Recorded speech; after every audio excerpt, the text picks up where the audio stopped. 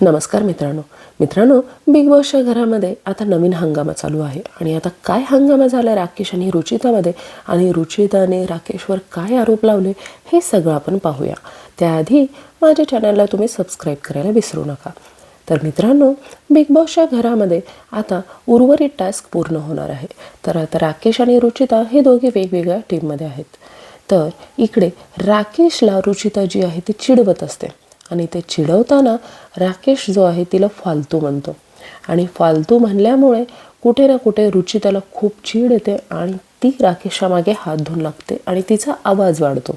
आणि हे सगळं पाहून घरातले सगळे सदस्य राकेशच्या बाजूने असतात, कारण यामध्ये राकेशची काही चूक नसते, फक्त तो फालतू म्हणतो तेही तिच्या गुणांमुळेच. तर ती अति ओव्हर रिॲक्ट करते.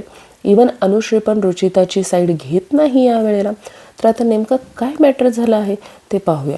तर मित्रांनो, राकेशने आता शेवटी घर सोडायला तो तयार आहे. तो म्हणतो की एकतर मी या घरात राहणार आहे, नाहीतर या पोरीला ठेवा, पण मला हिच्यासोबत या घरात राहायचं नाही आहे. तर मित्रांनो, तुमचं काय मत आहे ते सांगा आणि माझ्या चॅनलला सबस्क्राईब करा.